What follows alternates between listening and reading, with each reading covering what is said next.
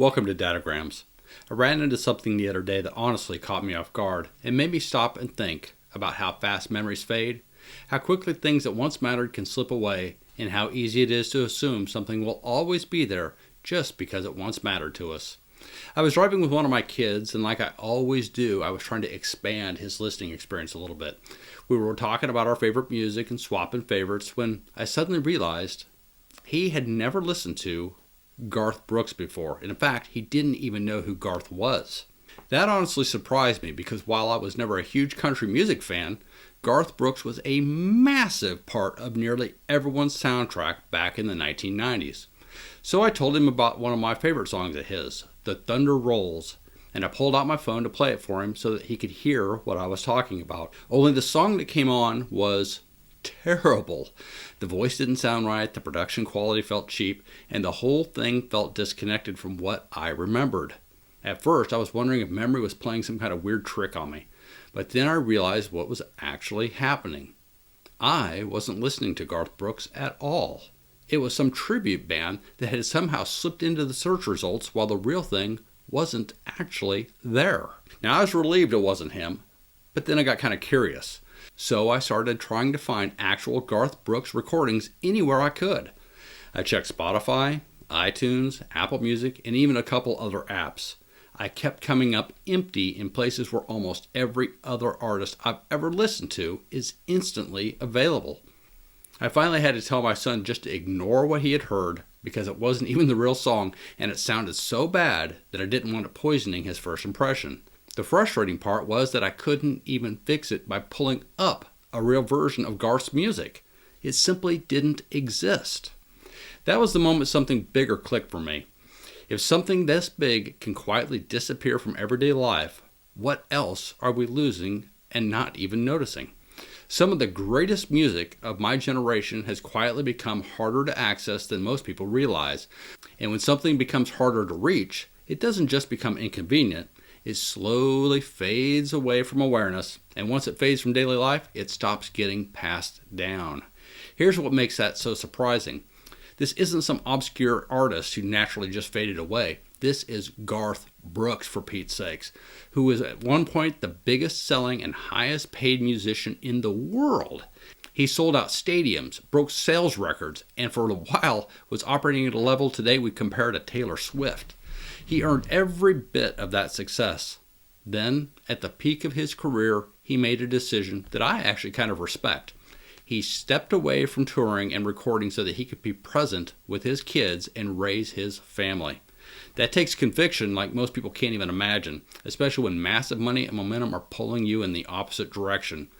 A lot of people talk about putting family first, but very few are willing to walk away from that kind of success and actually live it. I respected that choice. What I didn't understand is what happened next, because it wasn't just about stopping touring for a while. His music also stopped being where the modern world actually listens. And as best I can tell, that wasn't an accident. It appears that Garth made deliberate decisions to tighten control where his music lived and how it was distributed, doing exclusive deals and avoiding the big streaming platforms. The principle behind that makes sense if you're trying to protect value and protect the artist. What's harder to ignore, though, is the consequences. If your music isn't where people actually discover music anymore, then younger generations never encounter it in the first place. They're not rejecting it, they're just simply never hearing it. My kids are actually well-rounded musically because we have intentionally exposed them to a wide range of styles that we actually like. They know Johnny Cash, Elvis Presley, Led Zeppelin, ABBA, Stone Temple Pilots, Pearl Jam, Nirvana, and my personal favorite, ELO, and plenty of rap and hip-hop and all the other stuff, simply because those catalogs are easy to access and easy to share. But they don't know Garth Brooks at all. Not a single song. Not because they wouldn't like him, but because I genuinely can't find his music easily enough to play it for them. That realization hit me harder than I expected because it made me realize how easily something valuable can quietly fade away without anyone intentionally choosing to lose it. And that leads to the real lesson. Thinking about it in military terms, holding your position doesn't mean much if the battle quietly moved somewhere else. The idea applies everywhere, in warfare, aviation, leadership, business, parenting, just about every system humans operate in. In a battle, you can defend a hill perfectly, but if the fight moved on to a different hill miles away, you're no longer influencing the outcome of anything meaningful. You're just standing still while the world keeps moving. Here's the part that really matters. If the next generation can't easily access what you built, then your success effectively ends with you. Legacy only survives if it gets passed forward, and that only happens when people can actually reach it. Now, this isn't about selling out or chasing trends. It's about being adaptable when reality changes. In naval aviation, we're trained from day one you have to stay adaptable and flexible because the environment never behaves exactly the way you planned.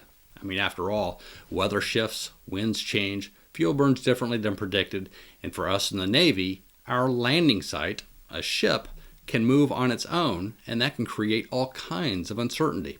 If you stay rigid and stick strictly to your plan, you eventually create unnecessary risk. Let me give you a simple example. Imagine you're flying a long overwater mission toward a ship hundreds of miles away, and everything looks perfect when you launch. Halfway through the flight, the winds unexpectedly reverse, and instead of being a helpful tailwind, you're now pushing into a very strong headwind and burning fuel far faster than planned.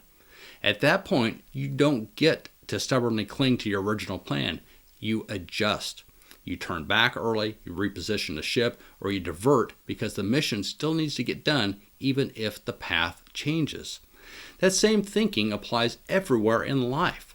If you refuse to adapt when conditions change, you don't preserve what you built. You slowly lose relevance without even realizing it's happening.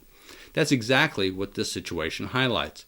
The principle stayed fixed, but the environment moved on, and now Garth is fading away into irrelevancy. This isn't about criticizing him or any other person. It's about understanding how easily good things disappear when execution doesn't adapt to reality. The older I get, the more I see this pattern everywhere. I mean, think about it. You don't see many saddle shops anymore now that cars replace the horse.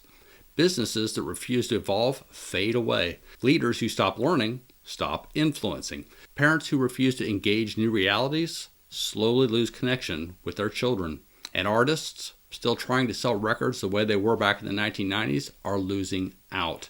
And so are all the potential fans out there too. The larger lesson for this datagram is this. If you're building something meaningful in your life, stay clear about what truly matters and remain flexible in how you pursue it. That's how you protect your legacy, stay relevant without selling your soul, and ultimately position yourself to win in this ever-changing world. I'm Jason M. Garrett, and this has been your Dadogram.